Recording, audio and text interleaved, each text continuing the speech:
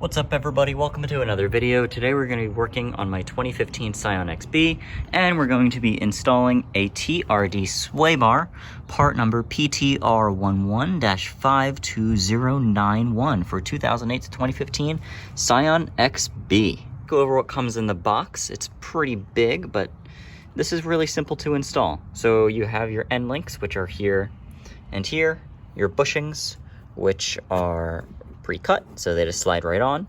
Your grease, bolts, and other hardware, your mounts for your bushings, which go on the cross member, and of course the most important thing, instructions, because I would have no idea how to do this without them. So basically on the XB, what you have to do is remove the lower shock mount bolt, and the end links bolt up to it and the sway bar, and then the bushings go inside of this cross member here, and then they get held in with the brackets, and of course you grease them before you put them on the sway bar itself.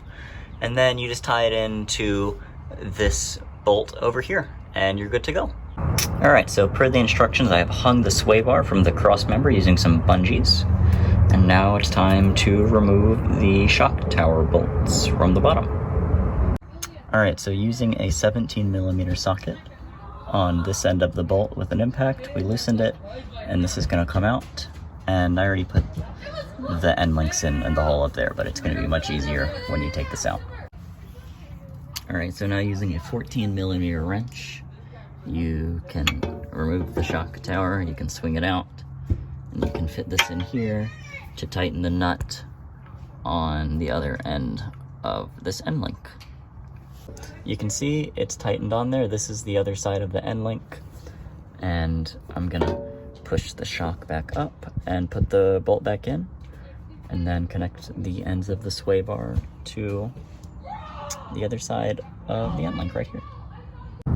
Alright, so now I'm going to go ahead and grease the bushings. You just put the grease that comes with it and just kind of move it around on the inside here.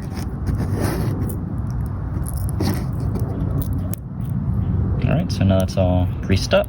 I'm going to go ahead and grease the sway bar in between those two tabs and slide this on, just like I did on that side. Product.